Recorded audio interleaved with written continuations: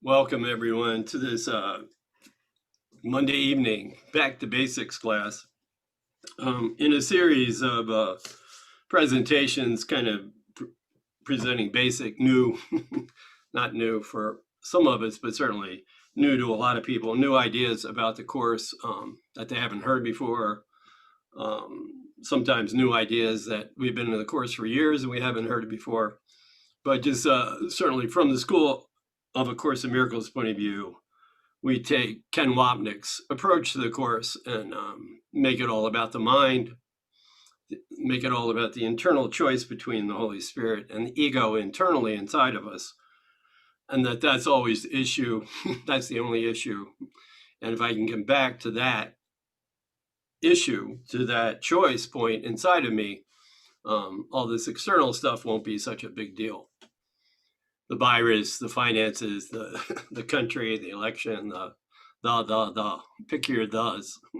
So we're kind of pulling our investment and believing we know what the problem is, and we're willing to allow Jesus, the Holy Spirit, the book itself, present us with what it sees as the real one and only issue, and how we made that issue up. So today we're going to look at in our Back to Basics series, we're going to look at the tiny mad idea of separation. How could that have ever happened? How could the Son of God step outside of heaven and actually consider what it would be like to be separate? Why would he do that? How would he do that? And then probably even more importantly, how do we let go of it? How do we look at it, acknowledge it, and then let that, not just the separation go, but even more to the point, the belief in separation. There's the rub. Wasn't that we actually separated? Well, we're certainly often running as seeming separated individuals, believing that we could separate. Different ways we ask that question, and I think it's the most often asked question when it comes to course students, especially in the beginning and along the way, asking how did this ever happen? How could a son of God actually even consider leaving heaven if heaven was so good? And then how did he pull it off? And then, the course's resounding answer is it didn't happen. You couldn't leave heaven. And then the question is, well, how come I think I'm sitting here looking at 25 plus people on the screen? What about them? What about me? I see me in a little Brady Bunch square up there. How could I even think that? So the question, the idea, the challenging of Jesus on his statement that it didn't happen. It couldn't happen. It never happened. It always comes up. If I'm in ego mode at all, if I'm reacting with a judgment to anything, if I'm taking anything seriously, especially this, this sense of self, then obviously I think this is pretty real, or else I wouldn't be reacting. And the question is just natural. How could this happen? How could this individual self even happen? And so we'll look at that. We'll start looking at it in terms of the chart, what that's all about, and then how we ran with that idea to keep it going, our belief in it, and then ultimately, hopefully, look at how to retrace our steps that got us into believing we're actually figures in the world, bodies in a separated world with separated bodies, getting ourselves to retrace those steps and actually let go of this belief in the tiny mad idea of separation. So probably the most succinct place the course talks about this idea of separation is it's in chapter 27. It's page 586. This is section 8, the hero of the dream, talking about the body as the hero of the dream, and how we got to that belief that we could be, quote unquote, hero of our own dream, the main figure in our dream. but we're not calling it a dream if we're identified with the body. So paragraph 6 at the bottom of page 586 in the text, let us return the dream that he, meaning you and me, gave away unto the dreamer. So what he's talking about in that sentence is how we took this inner awareness, this inner belief that somehow we had separated, and we gave the dream away, meaning we projected that dream onto the world. So let us return this dream of the world, dreaming of our bodies, dreaming of all the drama in the world, and return the source to that internal part of us that chose the ego. And then rather than let that ego go as a teacher, we projected that, we gave the dream away, quote unquote, projected that onto a world of seeming separated things, bodies, etc. So let us return this dream that we gave away unto the dreamer, who perceives the dream as separate from himself. And now we believe it's done to us. Things in the world seem to be done to my Timness, my identification as a separate figure in the world. The world seems to be doing things to me. I'm not aware I have an internal place called the mind. I'm not aware that I have a choice of letting go of the ego as my teacher and choosing the Holy Spirit and having a whole different experience in the world. So into eternity. That's really outside of eternity. The way Ken Wapnick would always put it, it seemed like we were all one in heaven, and then we seemed to step outside of heaven and consider this TMI, tiny, small, insignificant, mad, MAD, insane, tiny, little, insane, crazy idea of separation. That we consider what that would be like if I could take that idea and run with it. So into eternity, where all is one, where heaven is, where there's no place where God the Father ends and the Son of God begins, whatever oneness is.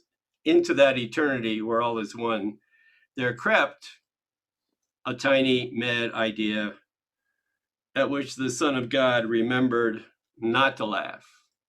So we kind of stepped outside of heaven, seemingly. We had this idea of a separate self. Ken Wapnick calls it the decision maker. Basically, it's the Son of God pretending he stepped outside of heaven, and he's considering this idea of separation. What would that be like? And rather than hear the Holy Spirit inside of us laugh at that idea, the Holy Spirit being that part of us that did not take the tiny mad idea seriously, rather than listen to that part of us, we decided to run with the idea of separation. And we made up a whole separated self and identified with that self. And the Course calls that separated, that self we identified as a separate thing from heaven, the ego. So into eternity world is when there crept a tiny mad idea at which the Son of God remembered not to laugh. Meaning we didn't hear that internal voice of love, the Holy Spirit, telling us this is totally silly. We don't have to run with this. And we said, nope, I'm going to run with it. In his forgetting to laugh, and his seeming forgetting, he's being poetic. We chose to forget. We chose to let go of the Holy Spirit's hand. In his seeming forgetting did the thought become a serious idea. That the tiny mad idea of separation seemed very serious. And possible of both accomplishment and real effects. Ultimately, the real effects were the whole world that we think we're running around in. Together, however, holding Jesus' hand, holding the Holy Spirit's hand, we can laugh both away.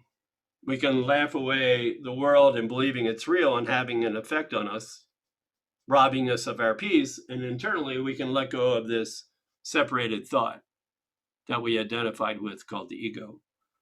Together we can laugh them both away, our identity in the world and certainly our identity as a separated Son of God, and understand that time cannot intrude upon eternity. It is a joke. It was silly to think that time can come to circumvent eternity, which means there is no time, there is no world, there is no separation. So, and he certainly fleshes that idea out in a number of places, that we made up the tiny mad idea and then we chose to believe in it. So it wasn't the tiny mad, it's the tiny mad idea itself that was the problem. It was that we chose to actually believe we could do it and run with it. And he really goes through that thought system that we made up, to buy into it, believe it, run with it, and that being the bottom line problem of all problems. He goes into lesson 79 in the workbook. Lesson 79 in the workbook, page 141.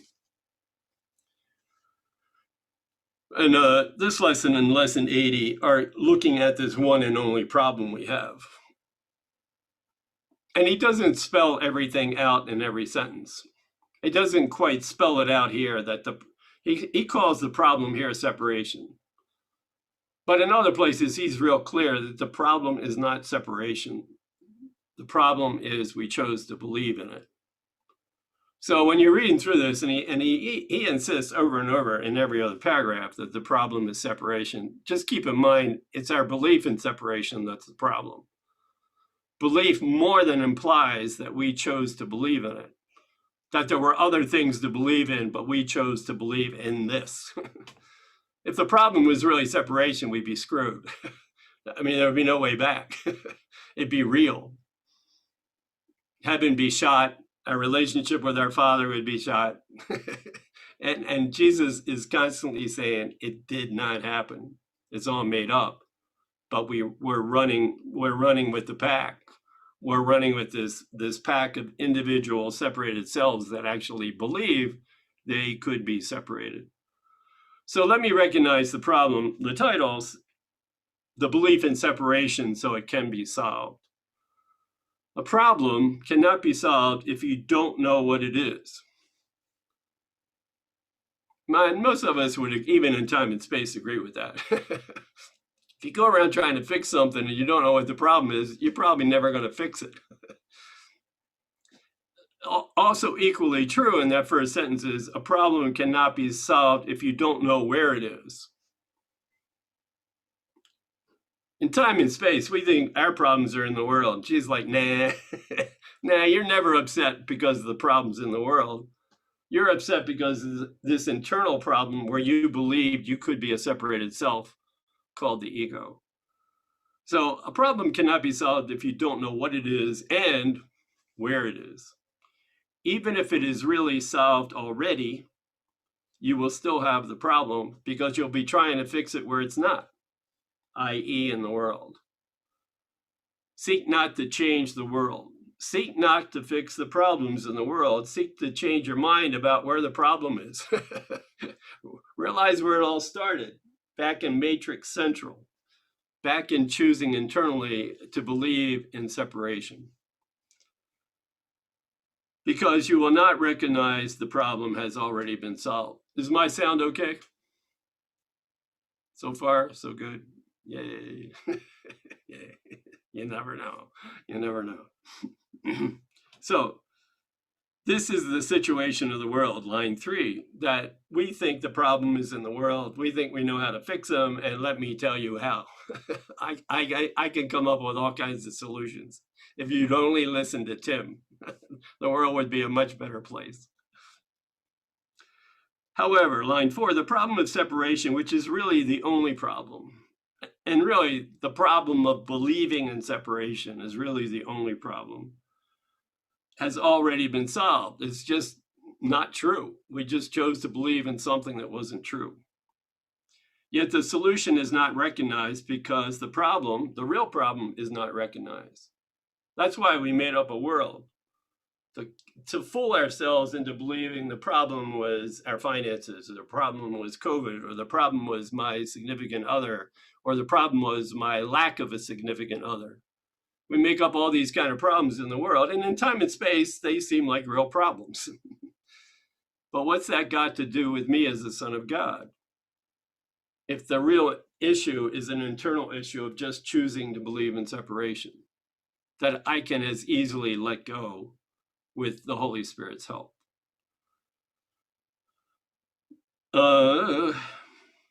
Yet the solution is not recognized because the problem is not recognized. It's not recognized as what it is, and it's not recognized as where it is. Everyone in this world seems to have his own special problems. Yeah, yeah, let me tell you my problems. Sometimes we agree on what the problem is, but it's what defines us as a separated self. My problems are a little bit different than your problems.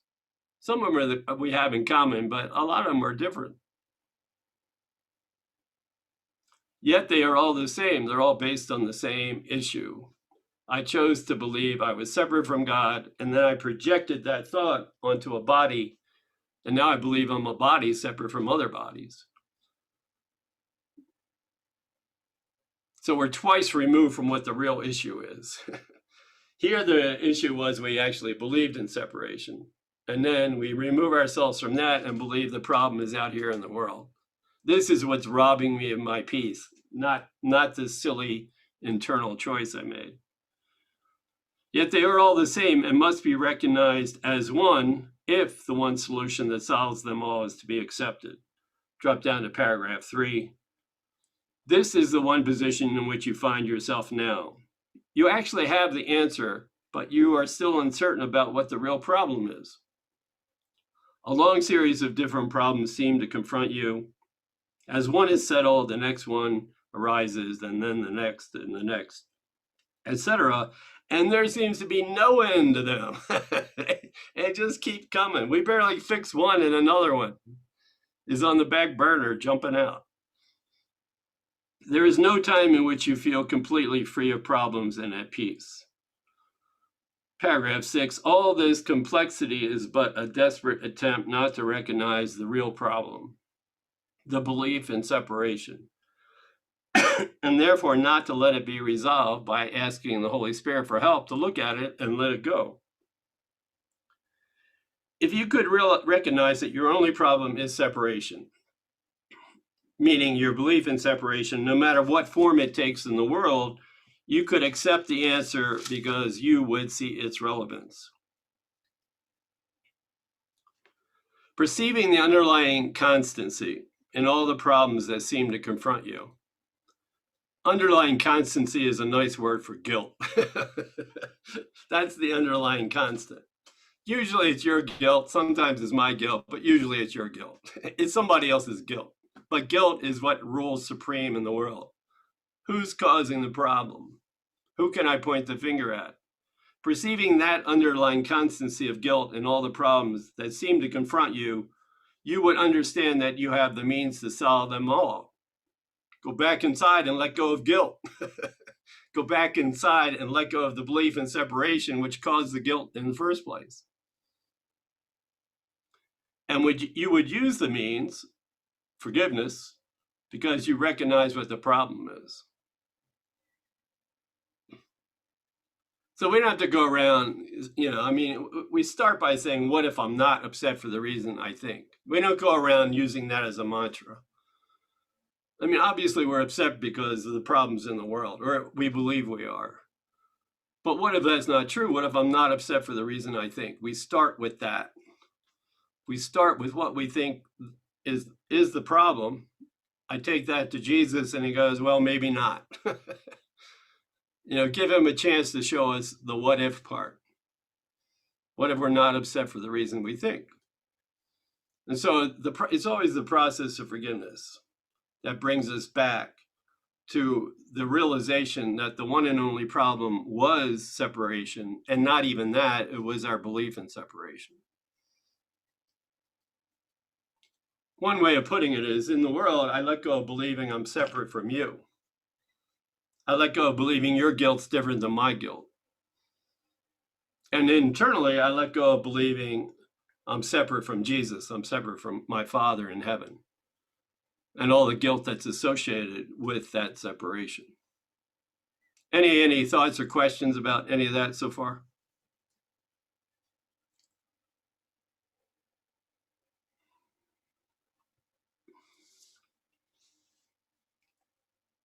wanted to invite Jesus into the process. It's always a good idea, because sometimes I forget. And then I tend to get myself in trouble. Lesson 260 in the workbook. This is on page 424. And the title is Let Me Remember God Created Me. Let me let go of believing I created me. I made up this separate self. Let me remember that God created me as I truly am as the Son of God, and this made up separated thing I'm often running believing is not me. So let me remember, God, please help me. Jesus, please help me. Remember that God created me. The thing I made up, this separated self, is not who and what I truly am. So, Lynn, Corona, you want to read that lesson 260? We'll get quiet for a little bit, please.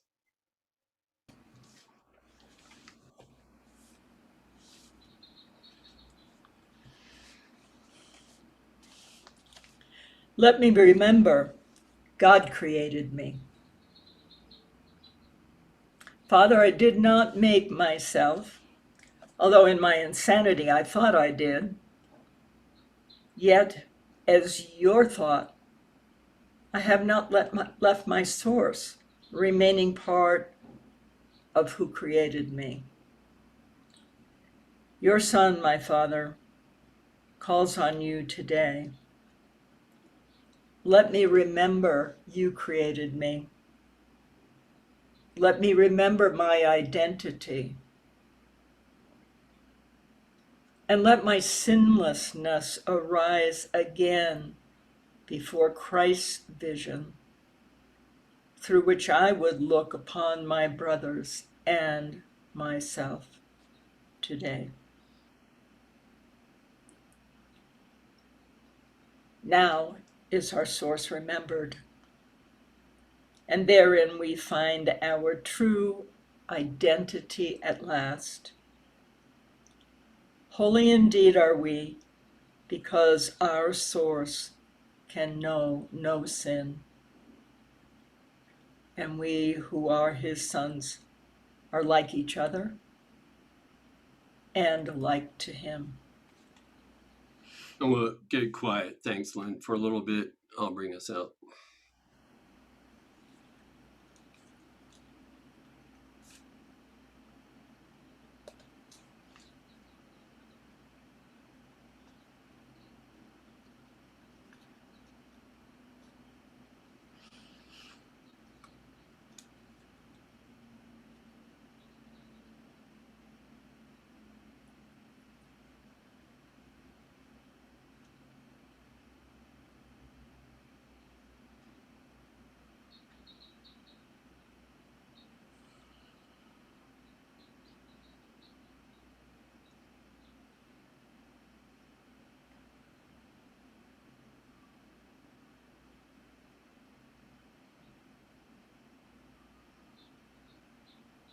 And gently come back.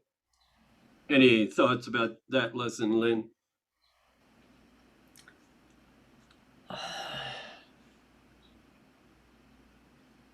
It's the only thing I need to remember. It seems so simple when you read it this way. Yeah. Right. I thought it was almost, I mean, certainly, the way Jesus phrases things sometimes seem pretty weird. Like, how do you forget to laugh? I mean, what does that mean? I mean, if I heard a joke, I wouldn't forget to laugh at it if I thought it was funny. So how do I forget to laugh? That's one of the ways of asking the question, how could I actually separate from heaven? How could I actually have an experience where I forget to laugh at the silliness of that thought? I mean, have you ever forgot to laugh at something when you thought it was funny? I mean, you might have not laughed out loud, maybe it would, but I mean, internally, how do you forget to laugh? Well, that's what Jesus said we did. We forgot to laugh. We just decided, no, I'm not going to laugh at that. I don't want to run with that. Take it seriously. And how is that forgetting? That seems like a conscious choice. Go ahead, Lynn Altman. Was thinking about my experience in the silence after the lesson. There was this wonderful experience of just sort of, I don't have words, but, and the next thing I know, it was like I was watching my thoughts just kind of bouncing around. It was like literally like a ping pong ball. And I watched it and I thought, now what made that difference? What occurred? And I think it's this, at some level, I became uncomfortable with that silence, that where nothing was going on, and all of a sudden there was a need to assert or to claim that identity. And it felt in the moment, my thought was, I can't do anything about this, because whatever it was that led to that moment of silence and self-connection with a capital S, I no longer had access to that. And so it was as though I forgot that connection is what's real, and came to believe that this other. So that was my experience of the answer to your question. So I was thinking the way you were describing it is what we've been talking a lot about lately, is the way we have that experience. Usually initially, sometimes we kind of ease into it, but usually it's because we ask Jesus for help, and usually it's asking Jesus for help with a specific judgment. And that opens the door for the way back. And then we wind up having that experience of, maybe I'm not this, maybe I'm not this thing. And we experience something else, the real something else. So, and then the fear kicks up. And then what usually happens when the fear kicks up, there's this sense of, oh, I lost it. And then my ego jumps on board for the ride and quickly helps me forget to ask Jesus for help again. Because that was what got me there. And now I'm whining because it's gone. And I'm blaming it on him. Did he take it away? No, I just need to ask him again. You know what I'm saying? It's just the not so tricky ways we forget.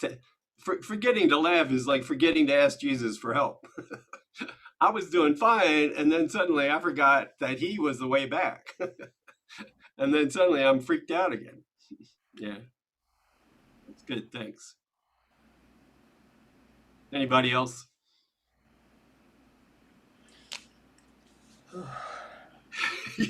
Lynn sighs. Oh, I need to mute myself. It's like, it's good. So I wanted to look at places where, I mean, chapter 27, that little thing about we into eternity, we're all as one, et cetera, et cetera. But he talks about the tiny mad idea of separation. Words it a little bit differently sometimes, but he talks about it in a lot of other places. Probably a lot more than I found, but I mean, you'll probably find more yourself. But in chapter 25, on page 519,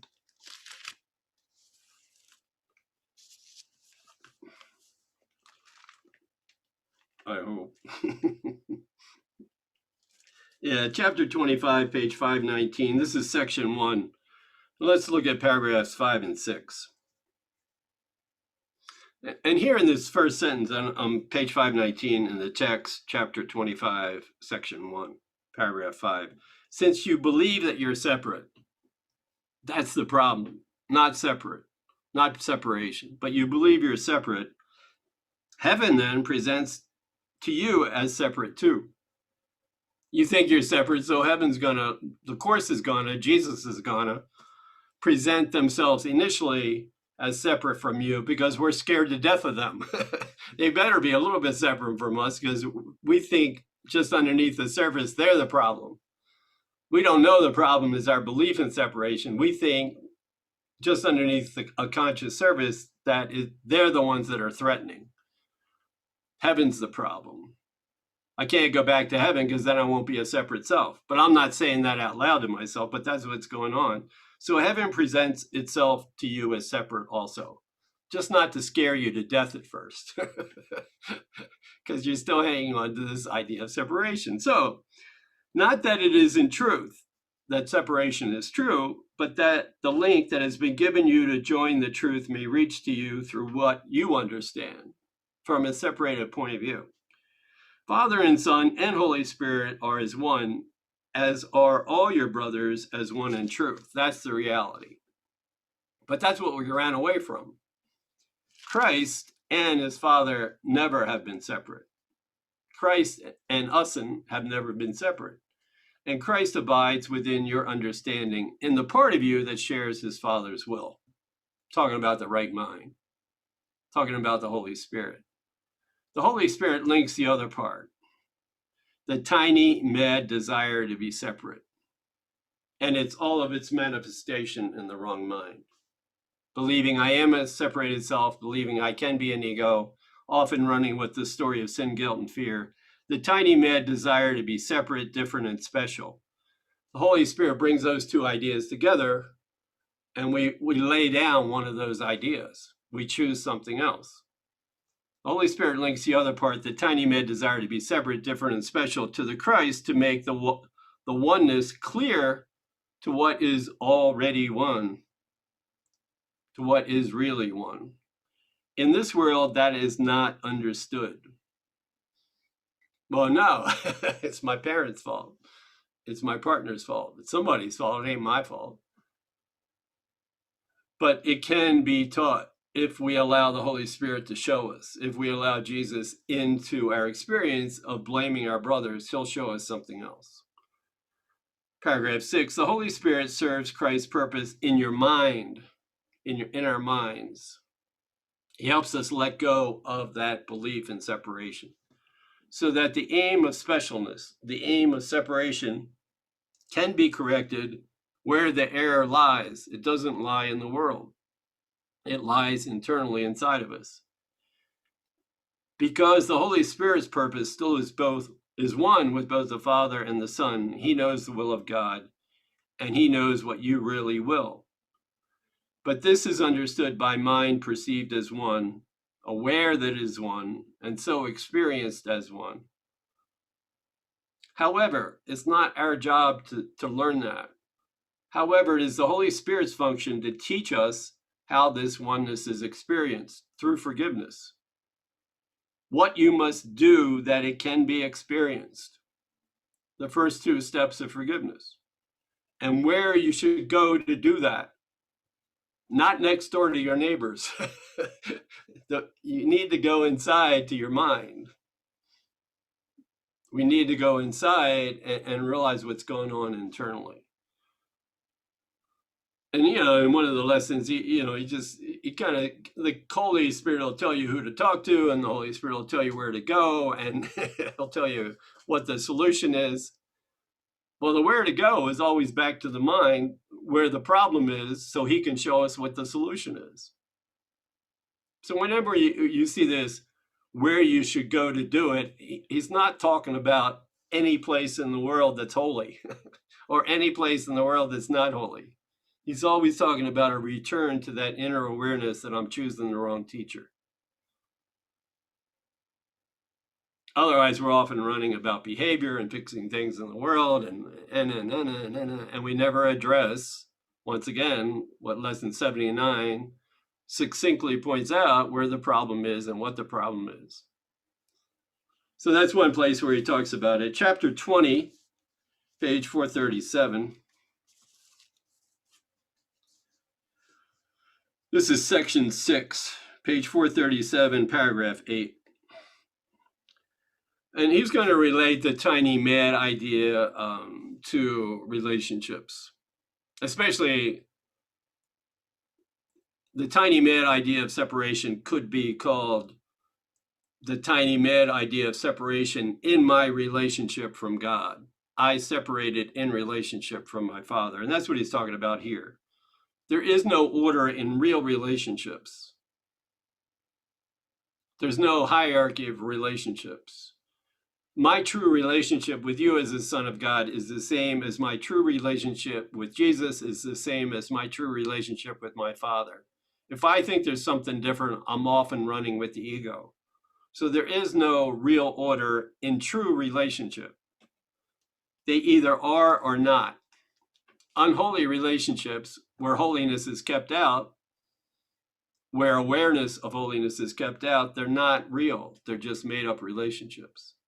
So they either are or not. An unholy relationship is no relationship. It is a state of isolation, which seems to be what it is not. It seems to be something. It seems to be something that's happening between my body and your body, especially in the world.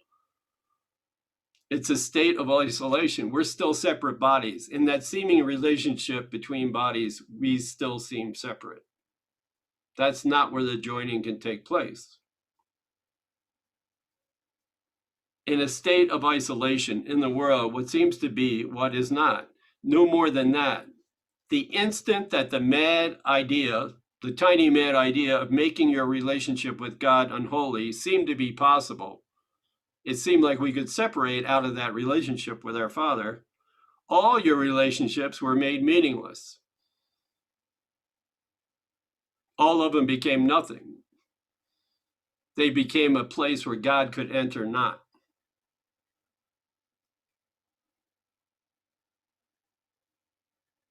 In that unholy instant, time was born, bodies made to house the mad idea, the tiny mad idea that I could be separate from my Father and give it the illusion of reality. And so it seemed to have a home that held together for a little while in time, and then, of course, bodies die, they vanish. For what could house this mad idea against reality?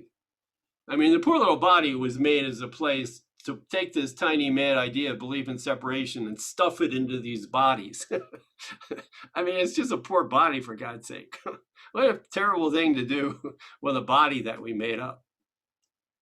We take that whole idea of separation and blame, we stuff it into the body, we make unholy relationships with other bodies, and then we're often running pointing the finger. I mean, it's a lot of work, and it's a lot of time, and it's a lot of nothing.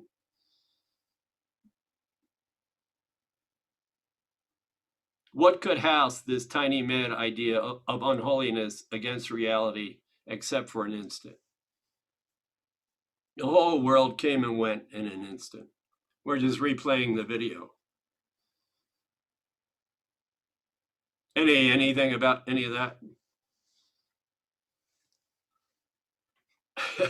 Dave's smiling. That's a good thing. I love it when Dave smiles. Dave Dempsey, are you smiling too? Yeah, I just sometimes it's overwhelming to hear this kind of stuff sometimes, that we do this in our mind, and intellectually with the awareness of it, you would think, well, just stop it, but yet the merry-go-round just goes faster sometimes, and it's like, and now I'm afraid to jump off because it's going too fast. It's crazy. But then there's moments where there's just so much peace, and then it's working. And I guess the merry-go-round slows down for a while, and then it's like today, my lesson, I'm just in a review and it's into his presence I would enter now. And I cannot remember that to save my life. I had to take a picture of it, put it on my phone, and that's resistance. And I realized that. And I'm thinking, God, what should I be afraid of than to be with that, But I know that that's exactly what it is.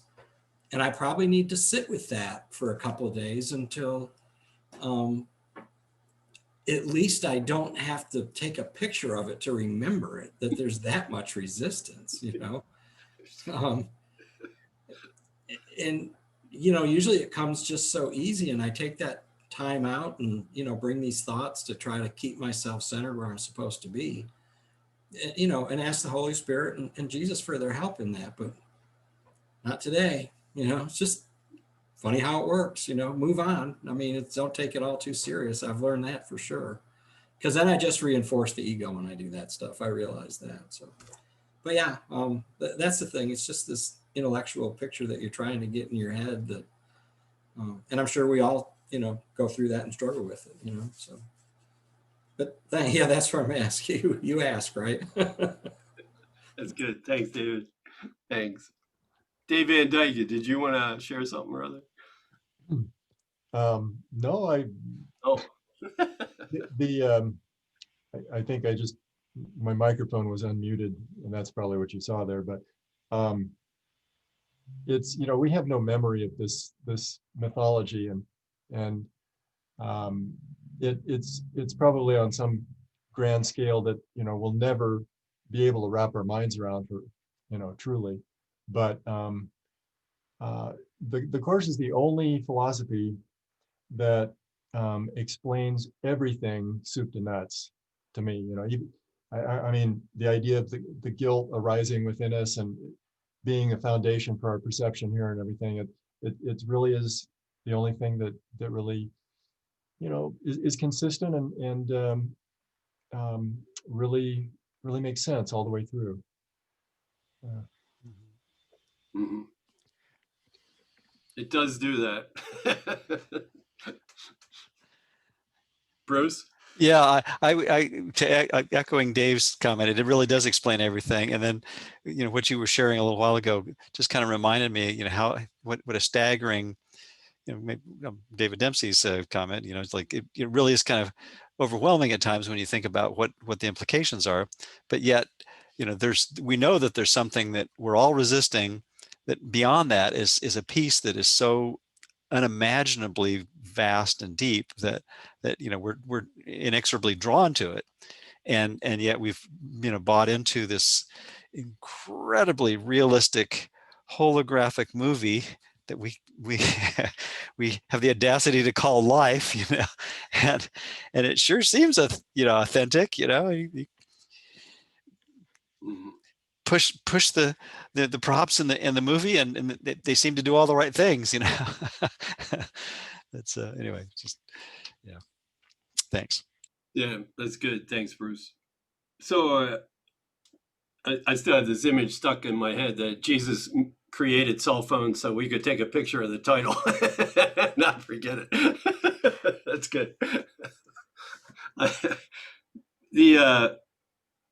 Because it is such a, I mean, they really are overwhelming concepts, especially from a separated point of view. And it doesn't look like resistance. It just seems like they're overwhelming. So the good news is I don't have to go around saying this is a movie. In fact, that's pretty counterproductive to anything, really. The way I got to a few moments of peace was to take whatever it was I was judging and ask for help with that particular thing. So it's not like I got to take on this whole giant, this is a movie concept. I just have to start with a judgment or two. Even if I had something nice like Lynn Altman was talking about, and then I go back to being weird again, all I got to do to get back there is find a judgment or two. And there's got to be at least one or two, because otherwise I would not have stepped out of that experience. In fact, it was David Dempsey that really pointed out to me when he was working on lessons 68 through 90, that the only thing blocking that experience was a grievance. It was not me going around saying this is a movie. It wasn't me going around saying I'm not a body, I'm free. What helped me actually move into that experience was there's a grievance here. I just need to fess up and I need some help with it. I mean, how tough is that? They're everywhere. So, I mean, when I'm in grievance mode, I can find them pretty easy. Or I'll make one up, but I mean, I can at least start with something specific, very specific. I don't have to say this is a movie. Of course I'm going to say, where did the peace go? But the peace went because suddenly I grabbed on to another grievance, and I'm not even admitting that's what happened. So, yeah. Another place, Jesus talks about this mad, crazy idea. It's a mad, mad, mad, mad world. Chapter 19, page 418. This is in, of course, Obstacles to Peace, section 4, subletter C, and we're at the top of the page on page 418. He's talking about bodies. Once again, the bodies get stuffed with this tiny, mad idea of corruption. He's talking about what it means to have an incorruptible body compared to a corruptible body. If the Holy Spirit's using the body as a means of communication, it's incorruptible. It's just neutral. If the ego's using the body to blame others for our own lack of peace, it's a tiny, mad idea of corruption stuffed inside this poor body. And then at the top in line 2, the body no more dies than it can feel. Bodies are just bodies. Bodies are just puppets. Bodies are just mirrors of what's going on inside. The body does nothing of itself as a body. It is neither corruptible nor incorruptible. It is nothing. It is the result of a tiny, mad idea of corruption that can be corrected. We can let go of believing we're bodies when we let go of believing we're a separated ego. For God has answered this insane idea with his own answer, the Holy Spirit. The insane idea was I could separate. and God's answer was, no, you can't. Kind of like, nah, no, you can't. You can think you can all day long, but no, you can't.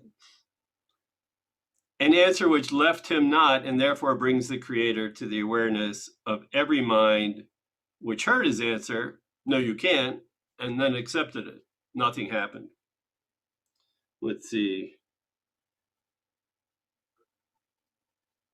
Yeah, that's good. And then let's try, go back to, actually go forward. Lesson 187. 187 in the workbook, and we're on page 354, paragraph 6.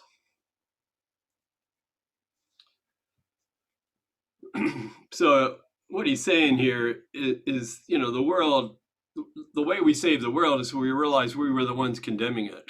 And all we have to do is stop condemning it and the world is saved. So basically we're saving the world from our own condemnation. So if I give the world condemnation, I get condemnation. If I give the world the blessing of forgiveness, I get the blessing of forgiveness. Paragraph 6, never forget you give but to yourself. Who understands what giving means must laugh at the idea of sacrifice. The tiny mad idea could have as easily said tiny mad idea of sacrifice, that I sacrificed my connection with my Father, that I made this holy relationship with my Father into an unholy one. I sacrificed the holiness. So the tiny mad idea of sacrifice, the tiny mad idea of death, the tiny mad idea of unforgiveness, the tiny mad idea I could be separate, whatever words you want to use, they're all synonymous with the tiny mad idea of separation. We must laugh at this idea of sacrifice, because the problem was we forgot to laugh at it. Nor can he fail to recognize the many forms which sacrifice may and will take, especially in the world. We're sacrificing people like crazy in the world. We have whole religions built on sacrifice, blood sacrifices. All of Christianity was built on the sacrifice of Jesus on the cross. And that, from the Course's point of view, becomes a metaphor for what we did to ourselves as the Son of God. We crucified our true identity as the Son of God on the cross.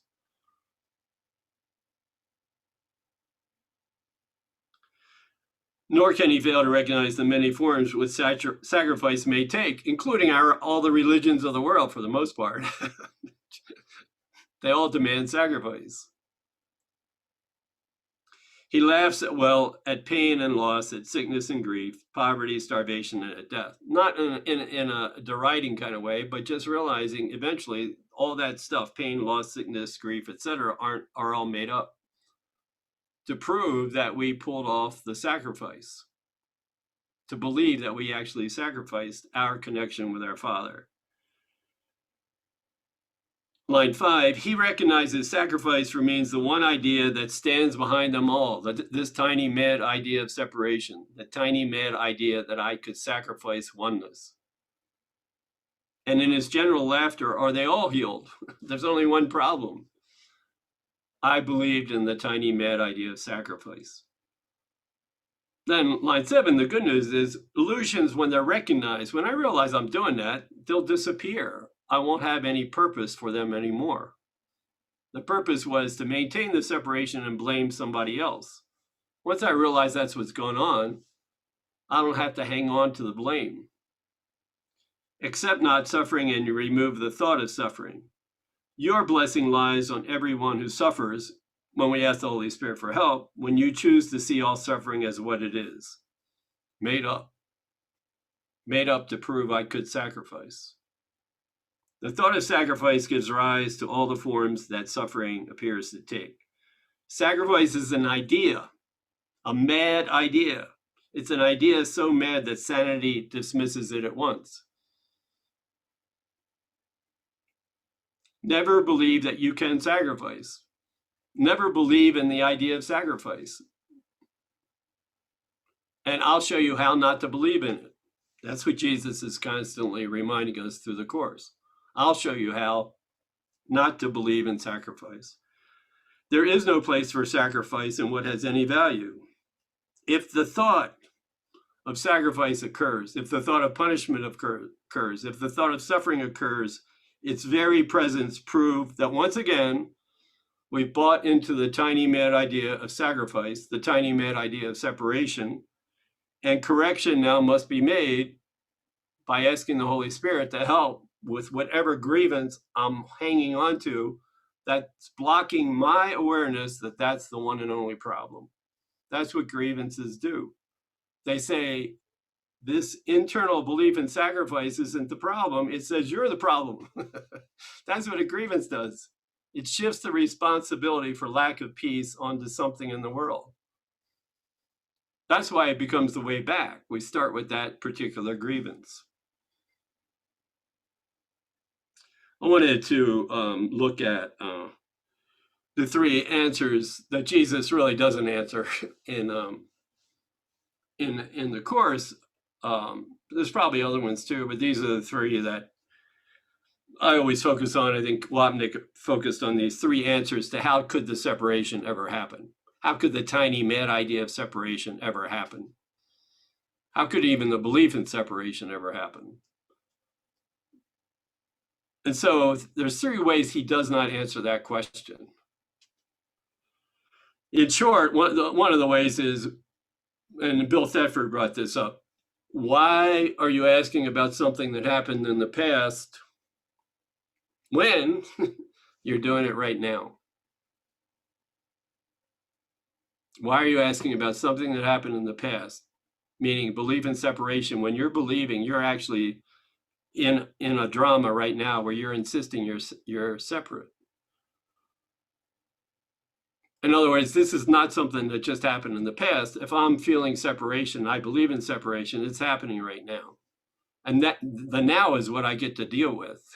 There's a way out then. Another way Jesus doesn't answer it is, he says, it's not a real question. It's you throwing a tantrum, insisting you know you're separate and you want Jesus to tell you how it happened. This is a 2-year-old throwing a fit. It's not a real question. So that's another way he doesn't answer it.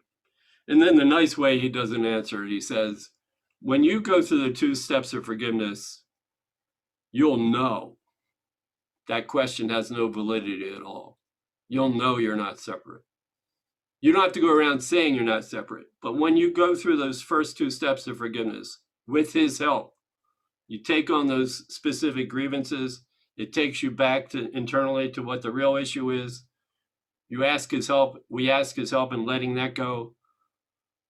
Then we'll know that that question is not a valid question. It's just a question pretending it's real. It's a statement, and it's not real.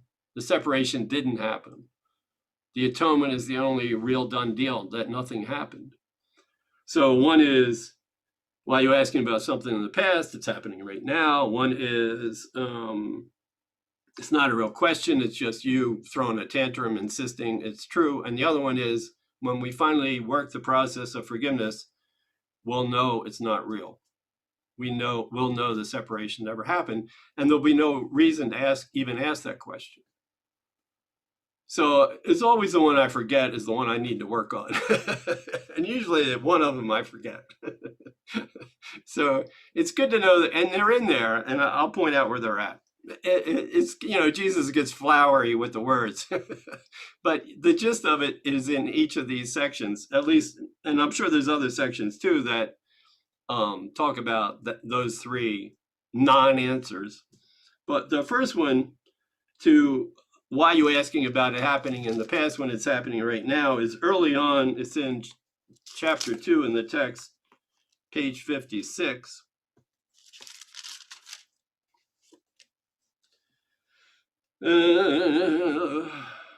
Looks like it's in section 2, paragraph 1.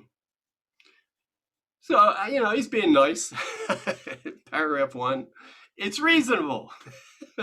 It's reasonable. From your point of view, it's reasonable. Is your point of view asking, as a separated self, believing you're a separated self, how the mind could ever have made the ego? How could the separation ever have happened? How could I choose to believe in something this stupid if it's not true? It's reasonable to ask how the mind could have ever made the ego, and worse, believed in it.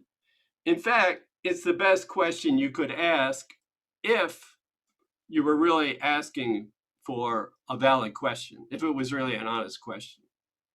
Usually we're throwing a fit and we're insisting it's true. Now you tell me how I got there. But if it's asked in all honesty, it opens the door for the way back. In fact, it's the best question you could ask. There is, however, no point in giving an answer in terms of the past, because the past doesn't matter. The past is over. You can't fix the past. And history would not exist at all if the same errors were not being made right now. He says it in a nice flowery way, but that's what he's saying here. And this is what Bill Thetford had asked. And this was Jesus's answer to Bill. The errors were not being repeated in the present. If you weren't doing this right now, you wouldn't be asking that question. So since you are asking that question, you might want to get in touch with how you're repeating that error of separation right now and believing in it. So that's one of the ways he deals with it. The other one is in the manual on page 81 in the manual.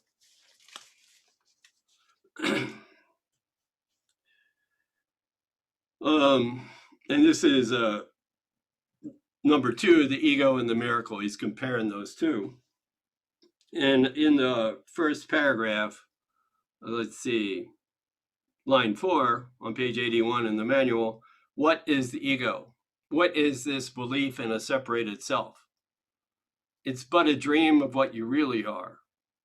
It's a thought you are apart from your creator and a wish to be what he created not. A wish to believe you're something that's not your true self. It is a thing of madness, no reality at all. It's a name for namelessness is all it is. All of our individual names on the screen, Charlotte, Tim, Lynn, Stephen, Kathy, they're all names for namelessness.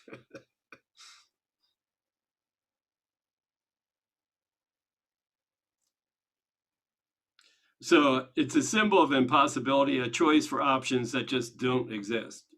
Paragraph 2, what is the ego? It's nothing. It's nothing. It's a tiny belief in nothing. Nothingness, but in a form that seems like something. Line 5, who asked you to define the ego and explain how it arose can be but he who thinks that it's real and then seeks, by definition, wanting an answer from Jesus, to ensure that its elusive nature is concealed behind the words that seem to make it so. It just looked like I was casually asking Jesus, how could the separation ever happen? No, it's not. It's implying you actually believe the separation did happen, and now you're asking Jesus to explain it, to define it. How could all this on the screen be happening? How could all these images be made up? Many variations on that question, but that's what he's saying. You're asking Jesus to define something that's not real. Paragraph 4, we cannot really make a definition for what the ego is, but we do say, and he does say a lot, what it's not. It's not this. It's not your true identity. It's the big not know thing. The ego isn't real. The ego isn't this. The ego isn't that. And then paragraph 6, where there was darkness, now we see the light. When we walk through those first two steps of forgiveness. What is the ego? Just what the darkness was. We just turned the lights out. Where is the ego? Well, it was where the darkness was, where we turned the lights out. What is it now and where can it be found? Nothing and nowhere. I mean, that's the metaphysics. But we don't go around saying that. That would drive us crazy. Even more crazy than we already are. We start with the specifics. Whatever particular grievance I'm hanging on to, that's where we start. And then paragraph 9, your questions have no answer because they're not really questions. They're just statements parading as questions, being made to still God's voice, which asks of everyone one question only. So we're asking the God, how did the separation ever happen? And God's asking us, he throws it right back at us. And one way he does it is says, are you ready yet to help me save the world? And we're like, well, what are you talking about now? What's that got to do with my question? I just asked you, how did the separation ever happen? And you're asking me to save the world. What are you talking about? Well, that's the problem. We keep condemning the world. We keep insisting separation is real. But if I'm willing to save the world from my own condemnation, I'll begin to wake up that all this condemnation and the world is all made up. Ask this instead of what the ego is, and you will see a sudden brightness cover up the world the ego made. No miracle is now withheld from anyone. The world is saved not because the world was a bad place. Is saved from what you thought it was. You thought it was a bad place. You made it up to be a bad place. It's saved from you. You as an ego. You as a blamer. You as a finger pointer. It's saved from us doing all the finger pointing. We stop finger pointing, the world is saved at that point. Because we're the ones that condemned it. The world is saved from what you thought it was. A place where you could point the finger, the responsibility for the seeming separation. And what it truly is wholly uncondemned and wholly pure. It's just a reflection of either the wrong mind or the right mind. That's all it is. And the wrong mind's all made up. So, it's just this neutral place where we keep reflecting our inner decision. And then finally, the nicest one is on page 77. In this manual, paragraph 1. Let's see. I hope. This course is not a course in philosophical speculation. This is not a course about asking how did the separation ever happen. Yeah, it's you ask it. He's not going to answer it. This is not a course in philosophical speculation, nor is it concerned with precise terminology. It is concerned only with atonement. Nothing happened. The separation didn't happen. So, look at how much you're insisting it did. And then are you willing to correct your perception that it did happen? Perception starts, the correction of perception starts with the correction of our grievances that we're holding against our brother. The means of the atonement is The means of waking up to nothing happened. The means to wake up to I don't have to say, how could the separation have happened, is forgiveness. It's not repeating all the lesson titles as mantras. It's looking at the grievances and being willing to admit them and let them go with Jesus's help. The means of the atonement, to realize that nothing happened, I don't have to ask that crazy question, is simply forgiveness. And then paragraph 4, the ego will demand many answers that this course does not give. That's what's so infuriating about Jesus. He doesn't like buy into this stuff. It's like that scene in front where he's in front of Pontius Pilate and Pilate's asking him all these questions. He ain't saying nothing. He knows none of it ain't real. He ain't going to answer unreal questions. The ego will demand many answers that this course does not give. The course does not recognize as questions the mere form of a question to which an answer is impossible, because the question is insisting something that isn't true.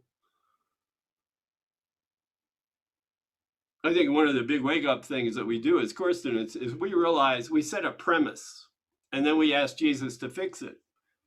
Well, this is the problem, Jesus. How do I fix that? And he's like, no, that ain't the problem. It's not how do I fix this particular issue? It's looking at what the real issue is and then letting that go.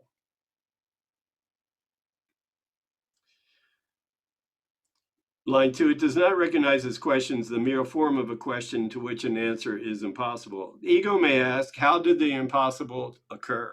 How in the hell did this happen? How can I believe I'm sitting here looking at all these people on the screen? To what did the impossible happen? Like what? It's just like, how did any of this occur? To what did the impossible happen? And may ask this in many forms over the years. It'd be fun to watch the students over the years asking Ken this question in many different forms, disguised by themselves to try to trick Ken into answering it, trick Jesus into answering it. If I just reword this question, I'll have him. He'll give me an answer, and I know he believes it too. Yet there is no answer. There's only an experience that we will have after we walk through those first 2 steps of forgiveness. Seek only this experience. Seek that 3rd step of forgiveness by going through the first 2 steps of forgiveness. And do not let theology, do not let philosophical speculation, do not let these crazy questions delay you in the experience. Just start with basics. Start with the grievances. Start with where you think you are. Anything about any of that? Go ahead, Kathy Cosin. What came up for me is it seems like he's always giving us simple answers. Like, just forget about the impossible questions. It's like, oh, okay. I'm always coming up with impossible questions, and he's saying, just don't do it. And it's like, oh, okay, well, I guess I can do that. But it just keep coming back to make it more and more difficult. It's it's Mano La Mancha, to dream the impossible dream and then believe it. It's a great song, but it's all made up about dreaming an impossible dream that we believe it. That's good. Thanks, Kath. Abe? Yeah. So, it seems to me that some of us, I used to have the idea that just letting go of the body would somehow get you into a more exalted state spiritually and you'd be better off. But what this is saying is, I still will have the tiny mind idea without a body, just like I have the tiny mind idea with the body. So the goal, so, might as well get it done now, right? Because death is not gonna help you. I like that. I'm putting that above my mirror. Get it done now. Stop messing around. That's good. Yeah. Thanks, Dave. Anybody else? Gigi, how you doing in Utah? You fine? We see, we are reading your lips, Gigi. We think you're okay. Here you are. I'm better than I deserve. Oh, no. I think you deserve it. All right. We're all climbing a wall that we can't grasp, and it's so nice to have everybody's input. Yeah, it's fun to realize finally there ain't no wall to climb. That we're already at the top. Yeah. Thanks, Gigi. Let's end with the same lesson. Maybe it'll sink in a little more. Lesson 260 on page 424. Let me remember, back to basics. Get it done now. I like that. Get it done. Let me remember through forgiveness that God created me. This made up self is just that. It's all made up. So Lynn, you want to read that one again? Lesson 260. Sure.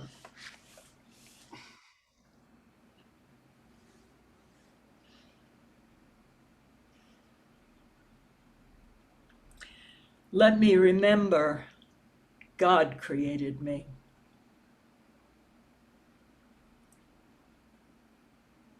Father, I did not make myself, although in my insanity I thought I did. Yet, as your thought, I have not left my source, remaining part of who created me. Your Son, my Father, calls on you today.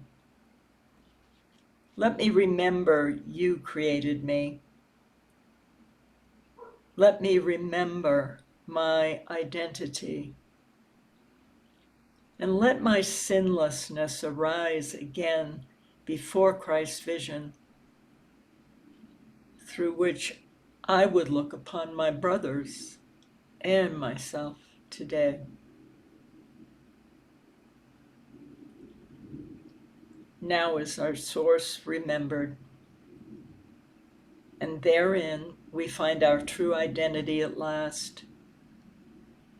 Holy indeed are we, because our source can know no sin. And we who are his sons are like each other and alike to him. We'll get quiet for a little bit.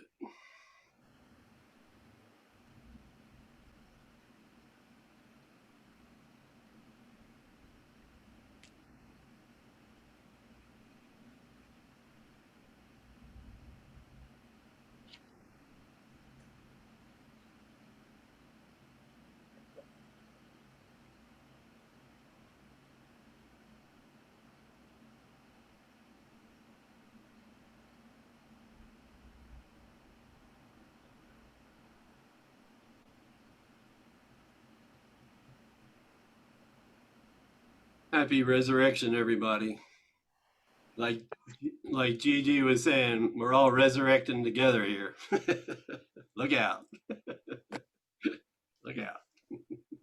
Thanks. Thank you. Thank Good you. night, everybody. Thank you. Thank you, Tim. Thank you, Tim. Night, everyone. Thank you. Good night. Bye, everybody.